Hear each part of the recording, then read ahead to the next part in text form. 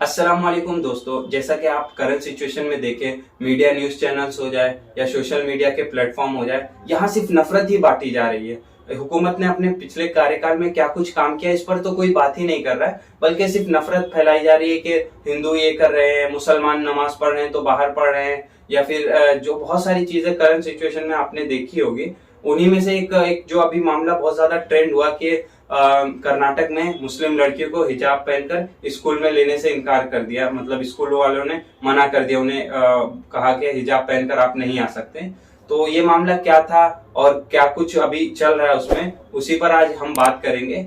तो आज की वीडियो चलिए शुरू करते हैं। अगर आपने अभी तक हमारे चैनल को सब्सक्राइब नहीं किया तो हमारे चैनल को सब्सक्राइब कर लीजिए।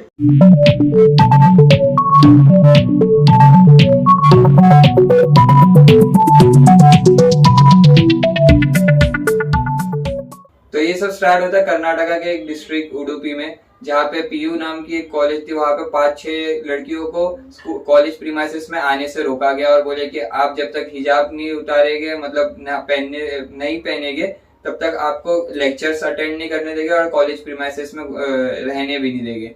वही फॉलो अप करते हुए बहुत से कॉलेजों ने, मतलब कर्नाटक के गवर्नमेंट कॉलेजों ने ये बैंड लगाना स्टार्ट कर दिया। तो उसमें से एक कॉलेज थी जहाँ पे एक बहुत बड़ा इंसिडेंट हो गया कि वहाँ पे कुछ 30 या 40 लड़कियों को कॉलेज के अंदर आने, मतलब गेट पे ही रोक दिया गया कि नहीं, कि जो दूसरी स्कूल में थे कि वहाँ पर बच्चे इतनी ज्यादा नहीं थी तो इतना मामला ऊपर तक नहीं गया। लेकिन ये जो स्कूल था इसमें यहाँ पे ज्यादा मेजोरिटी थी मुस्लिम लड़कियों की जो हिजाब पहन रहे थे। तो वहाँ पे अपने वायरल भी हुआ ये वीडियो कि देखा होगा कि गेट पे उन्हें अंदर आने से रोका जा रहा है। वहाँ पे उन लोग मतलब पढ़ाई के लिए उन लोग मतलब इंसिस्ट कर रहे सामने से कि नहीं, हमें अंदर आने दीजिए, हम पढ़ेंगे ये वो। जबकि उस कॉलेज के रूल्स में लिखा है कि ऐसा कोई वो नहीं है इशू कि आप हिजाब पहने। उसके रूल में ऐसा लिखा हुआ है कि है ना, आप हिजाब पहन सकते हैं पर आपके यूनिफॉर्म के मतलब सिमिलर होना चाहिए। कलर पे जो यूनिफॉर्म का कलर होता है आर्म्स में, वैसे वही वाले कलर का, मतलब यूनिफॉर्म से मैच करता रहे, वो वाला हेड्स का कैजुअल नहीं रहना चाहिए, कैजुअल नहीं, कोई भी कलर में आ जाए।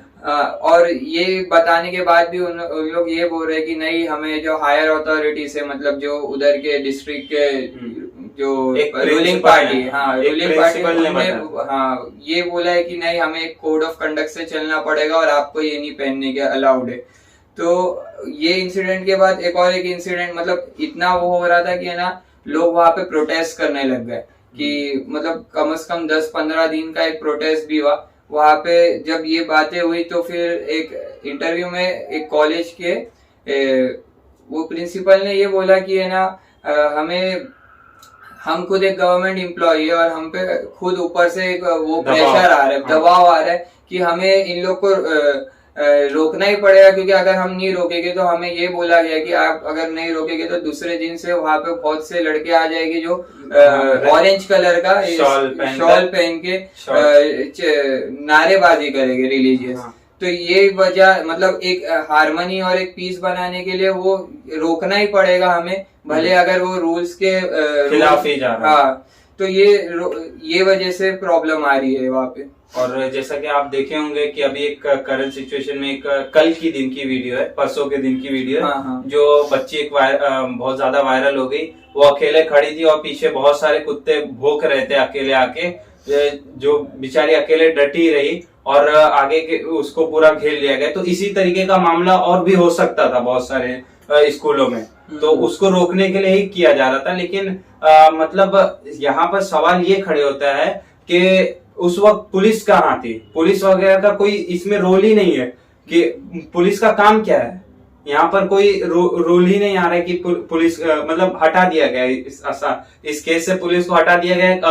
आपस में प्रिंसिपल और बच्चे और ये लोग आपस में सॉल्यूशन निकाल रहे हैं, जबकि पुलिस का कोई इसमें रोल ही नहीं है।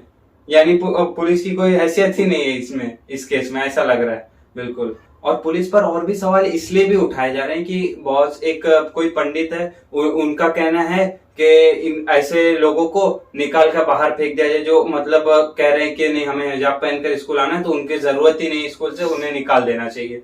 और फिर एक कोई नेता है स्वर्ण करके, उनका कहना है कि 5 मिनट हमें दे दीजिए, हम खुद ही इनको निकाल देंगे। 2-3 ऑर्गेनाइजेशन को भेजकर हम लोग इनको निकलवा देंगे। तो पुलिस क्या कर रही है इस मामले में? और वो ऑर्गेनाइजेशन मतलब भाड़े के, क्या कह सकते हैं। और यही मतलब मंजर इतना भारी हो रहा था, मतलब प्रोटेस्ट हद से ज्यादा हो रहे थे, दोनों तरफ से हो रहे थे, मतलब जो हिजाब बैंड नहीं चाहते वो और जो ये करना चाह रहे वो लोगों का। तो कर्नाटका के सीएम ने ये किया कि जो भी एजुकेशनल मतलब जो भी एरिया है जहाँ पे कॉलेजेस है या स्कूल है वहाँ पे मतलब उसके आसपास में 2 हफ्ते तक के ना बैंड कर दिया प्रोटेस्ट करना, और पीस हारमोनी के लिए बच्चों को 3 दिन या 4 दिन की कुछ छुट्टी दे पास कर दी गई है। अगर हम देखें ना तो इसके पीछे बहुत सी बड़ी वजूहात है, लेकिन सबसे अहम जो है कि अभी यहाँ पर इलेक्शन आने वाले, कर्नाटक में 1 साल होगा, उसके बाद इलेक्शन आ जाएंगे। करंट जो है यूपी में भी इलेक्शन चल रहा है।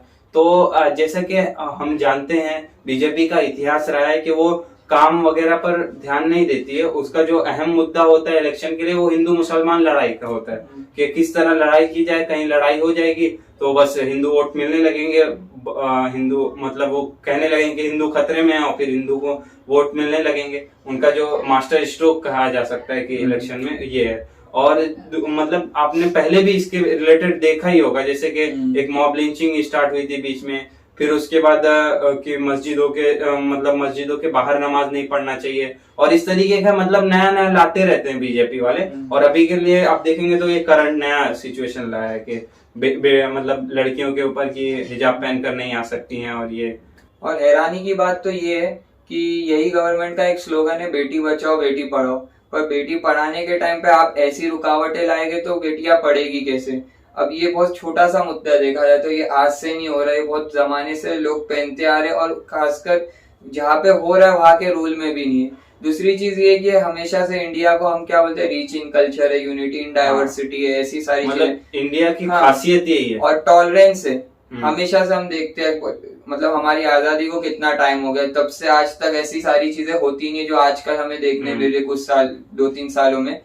तो टॉलरेंस लेवल आज देखेंगे तो बहुत ज्यादा ही कम हो रहा है। मतलब कि जैसे फजल ने बताया कि नमाज बाहर पढ़ी जा रही तो रोका जा रहा है, हाँ, फिर ये अभी हिजाब के ऊपर हो गया। तो ये सारी चीजें आनी नहीं चाहिए, मतलब एजुकेशनल लेवल पे तो आनी ही नहीं चाहिए। अगर हम देखें, हम कितना तारीफ करते हैं हमारी कंट्री में, ट्रेडिशन अच्छा है, कल्चर अच्छा है, और है भी अच्छा, ऐसा हम देखते आ रहे हमारे बचपन से हमें मतलब यही देखते हमारी यही खासियत थी हिंदुस्तान की। और ये हमारा एक ही ऐसा कंट्री है पूरे वर्ल्ड में जहाँ पे ऐसा देखा जाए। पर ये जो चीज लाई गई है कि हिजाब एजुकेशन के बीच में ला रहे, अगर आप देखोगे, जैसे एक एग्जांपल के हिसाब से हम देखें, न्यूजीलैंड में वहाँ पे ऑफिसर अपने काम के टाइम पे हिजाब पहन सकते हैं। और दूसरी चीज है, जैसे एयर होस्टेस भी आपने बहुत सारे देशों की देखी होगी, वो हिजाब पहनती। तो ऐसा बहुत सी कंट्री है जहाँ पे ऐसा अलाउड किया गया, क्योंकि एक बेसिक फंडामेंटल है इस्लाम का कि वो करना ही। सबसे बुरी चीज है कि हमें उन लोगों से सीखना पड़ा, जबकि वो लोग को हमसे सीखना चाहिए था, क्योंकि हम इस चीज में माहिर थे। और ऐसा भी नहीं कि न्यूजीलैंड एक इस्लामिक या मुस्लिम कंट्री, वो खुद एक क्रिश्चियन कंट्री, पर ये सब अलाउ करता है, यानी उन लोग में भी एक टॉलरेंस लेवल है। और हम इतने अच्छे रिच कल्चर में, ट्रेडिशन, तो हम ये सब चीजें क्यों बीच में ला रहे, खासकर एक एजुकेशन फील्ड में। तो जैसा कि बात की जाए एजुकेशन की, और फिर उसके साथ बात की जाए माइनॉरिटी की, क्योंकि अभी करंट जो सिचुएशन जो मतलब खड़ी हुई है वो माइनॉरिटी के ही मतलब टारगेट किया जा रहा है, और एजुकेशन से रिलेटेड ही है। तो इन दोनों चीजों को अगर देखा जाए ना, तो मुझे एक चीज याद आ गई अभी वीडियो बनाते बनाते। एक एमपी है बीजेपी के, सुधांशु त्रिवेदी, वो पार्लियामेंट में एक स्पीच दे रहे थे अपनी, आप भी देख सकते हैं। वो पूरी स्पीच भी आप जाकर यूट्यूब पर सर्च करके देख सकते हैं। अभी मैं मोटा मोटा बता रहा हूँ कि वो अपनी स्पीच में कह रहे थे कि मुसलमान बहुत ज्यादा थे पहले जब आजादी हुई, पारसी 1% थे और 2% ये थे। तो कह रहे थे कि मुसलमान क्यों नहीं आगे बढ़ना, मुसलमान आगे ही नहीं बढ़ना चाहता है। तो फिर जब आगे बढ़ना चाहते हैं तो इस तरीके के हालात आप क्रिएट कर देते हो कि वो आगे बढ़ ही नहीं पाता। अभी आप ले ही नहीं रहे कॉलेज में, आप ही की हुकूमत है ना। तो मेरी उनसे एक अपील है कि आप देख रहे होंगे तो आप बताइएगा जरा कि यही चीजें आप कह रहे थे ना कि आगे नहीं बढ़ने देना चाहते हैं, तो आप खुद नहीं बढ़ने देना चाह रहे हैं। हम नहीं आगे बढ़े, हम आगे बढ़ना चाह रहे हैं लेकिन आप नहीं बढ़ने दे रहे। और दूसरी बात रही कि माइनॉरिटी को एक मतलब समझना चाहिए कि मतलब जो भी इलेक्शन वगैरह आता है सोच समझकर वोटिंग करना चाहिए, क्योंकि उनके भी लीडर होने चाहिए। अगर आप किसी और के भरोसे मतलब आप रहोगे ना, तो कभी भी आपको फुलफिल नहीं किया जाएगा। आपकी जो सोच है, आपकी जो ड्रीम है, आपके जो एजुकेशन लेवल है, ऐसा नहीं है कि आप पढ़ लेंगे, आपको पढ़ने ही नहीं दिया जाएगा। अगर आप ऐसा सोच रहे हैं कि हम पढ़ लेंगे एक दिन तो हम आगे निकल जाएंगे, तो आपको पढ़ने ही नहीं दिया जाएगा। ये आपकी सिर्फ ख्याल है, मतलब कि आप सोच रहे हैं ऐसा। तो आपको खुद अपना नेता भी चुनना पड़ेगा और अपना मतलब इलेक्शन को सोच समझ के वोटिंग करनी पड़ेगी। बाकी आपके ऊपर है, आप जैसा भी सोचें, आपके ऊपर है। आज की वीडियो कैसी लगी आप कमेंट सेक्शन में कमेंट करके जरूर बताइए, और इस मामले में आपकी क्या राय है ये सबसे ज्यादा अहम है, ये कमेंट सेक्शन में जरूर करके बताइएगा। और वीडियो अगर अच्छी लगी हो तो लाइक कर दीजिए, और अगर अब तक हमारे चैनल को सब्सक्राइब नहीं किया तो चैनल को सब्सक्राइब कर लीजिए। अब मिलते हैं अगली वीडियो में, तब तक के अपना ख्याल रखिएगा।